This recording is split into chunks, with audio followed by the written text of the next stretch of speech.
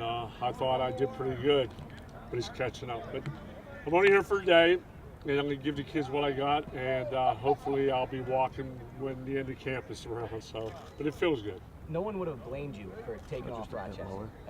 Why did you feel so compelled to come? There's no way. I'm not going to let these kids down. I was a kid once, and I know what it's like when you look forward to doing something. You look forward to meeting somebody. You look forward to making a difference, and I want to make a difference in these kids' lives, not only on the field, but from what I'm going to tell them later on about the choices they make as young adults that can impact what they become. And if I did that, I would miss out on, trying to help, whether it's 1 out of 100 or 5 out of 100. But I love doing it. Jim, all right, guys. Everything that you've been through, Jim, you've got the celebrity and get, the publicity. What about, what kind of message do you send to those people that are going through the same thing that you are, that aren't getting all the attention? Well, the thing is, at the beginning, I really didn't want the attention. This was started off pretty much all my wife. We're Christians, and my wife said, Jim, we need as many people praying for us as possible. And when we first started out, the overwhelming response was unbelievable. And I understand because I'm a Christian too, and I know that I'm going to need prayers, not only from what I've been through, but what is about to come. So the power of prayer in my family means a lot, and I hope I can take this time to thank all the people. Rochester, man, you won't believe how many letters and emails we got from people from this area, and I know they're Bills fans too, most of them. But the overwhelming response that I've gotten, and the people praying and sending well wishes, the letters, the emails, it's mind-boggling. I never thought it would get to this point. People that I don't even know. But the thing is, if I can make a difference for some kids out there that are going through things, and I know I'm just one person, and I know there's other people that are going through similar situations as me. I know there's people going through things worse than I am. But the good thing about making my cause more public was they are helping me too. I didn't know what to look forward to. I didn't know that I was going to lose all the saliva. I didn't know that I was going to have no taste buds. That I wasn't going to be able to eat real food for a while. I'm still on a JPEG. I'm still eating canned food through my belly. I just started to eat real food last week. It's going very slow. But there's a lot of things, and of course, I didn't think I was going to lose 51 pounds. And I feel skinny. I never felt this skinny since high school.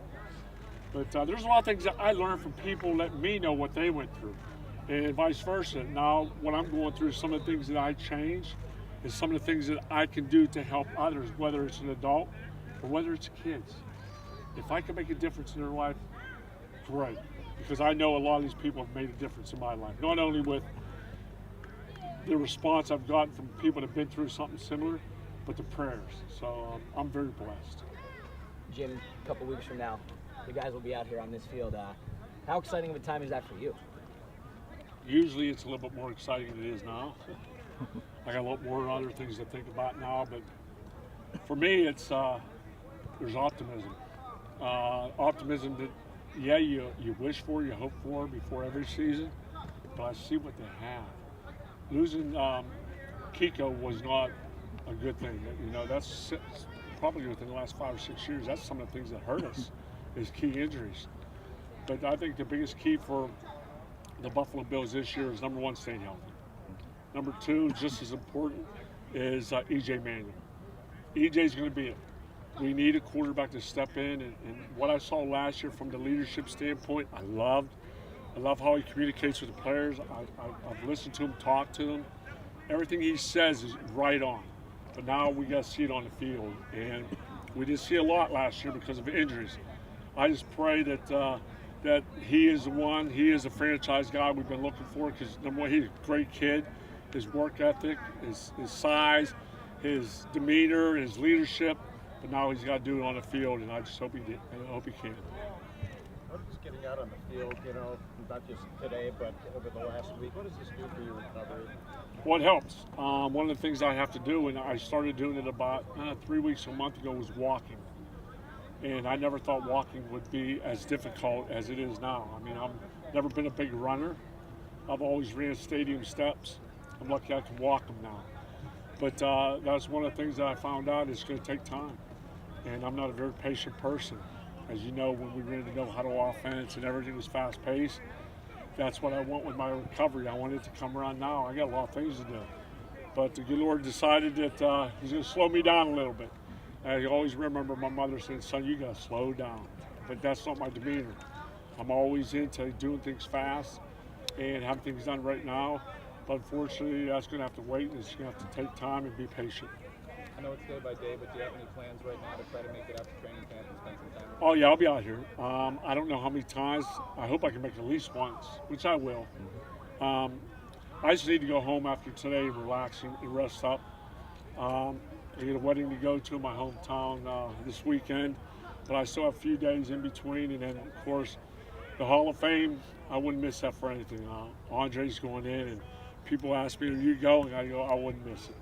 I mean, I'd get out of the hospital to go see it. So I'm going to be there, and my schedule's pretty packed. So it's going to be one of those weekends where it's going to wear on me, but it's worth it. Talk about Andre getting that. I'm sure pretty much what everybody else says. It's about time. You know, he's going to celebrate it with all of us, and it's going to be a day where he looks back on his career and realize how good he really was. And we look back on and say, we know how good he was. I'm in the Hall of Fame because of Andre Reed and Thurman Thomas and, of course, Marv Levy. But Andre's earned the right to be there, and I can't wait to celebrate with him. Have the doctors told you to slow down at all? Yeah, they tell me that every time I see him. But they also tell me you gotta try to eat. I'm trying, but I can't get any taste in this food yet. Have you gotten past that half plate of pasta you said last week you got a Yeah. half plate down? Have you made any progress on that?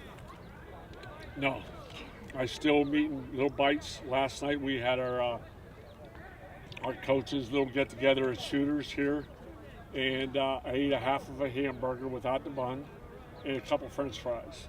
So I'm slowly trying to get some things because I can't let my throat shrink up too much because I got to be able to continue to put things on it. So it's going to take time. Jim, how difficult has it been to learn to say no to some things? I mean, has that been a tough transition? Just with your health, you got to say no sometimes. It always is, because I'm a guy.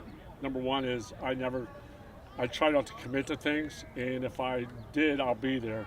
And a lot of things down the road, even a lot of appearances I had to make when I was in the hospital, I had to cancel on them. But the good thing is, I let everybody know well in advance. I'm not one who will say I'll be there and 2 days before I back out. I try to keep my commitments because I know what it's like when people commit to come to whether it's my football camp or my golf tournament. If you say you're going to be there, be there. And that's pretty much how I was raised.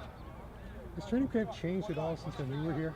I'm sorry, what? Training camp, has it changed much since you've been in training camp? I really did spend a lot of time last year around how Coach Marone does things. I just know Coach Levy, when he had us at training camp, it wasn't real long practices because he realized how long the season was going to be.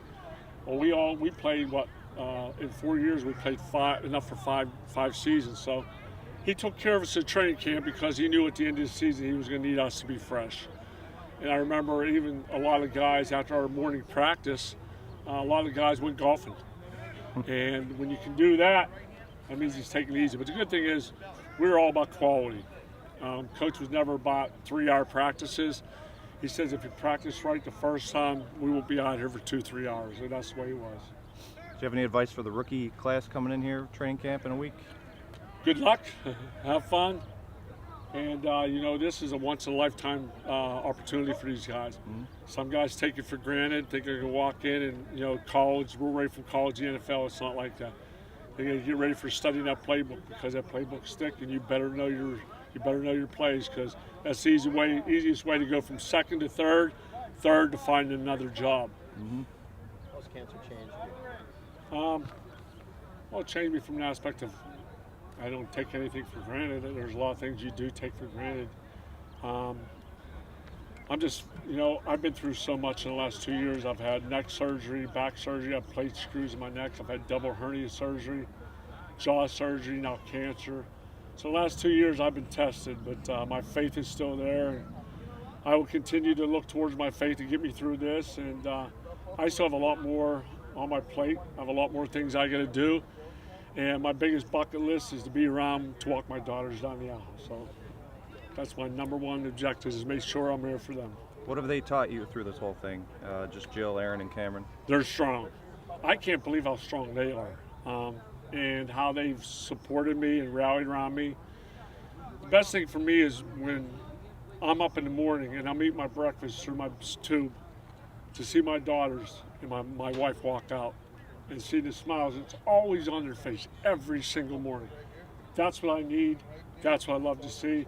And we have family support like I've had, and you've had public support like I've had. There's no way that I'm not going to beat this. It's love, it's mental. One more question, guys. Sorry. Dying ever cross your mind? I'm sure it has. I'm not scared. I've never been scared of dying. I mean, I'm 54 years old.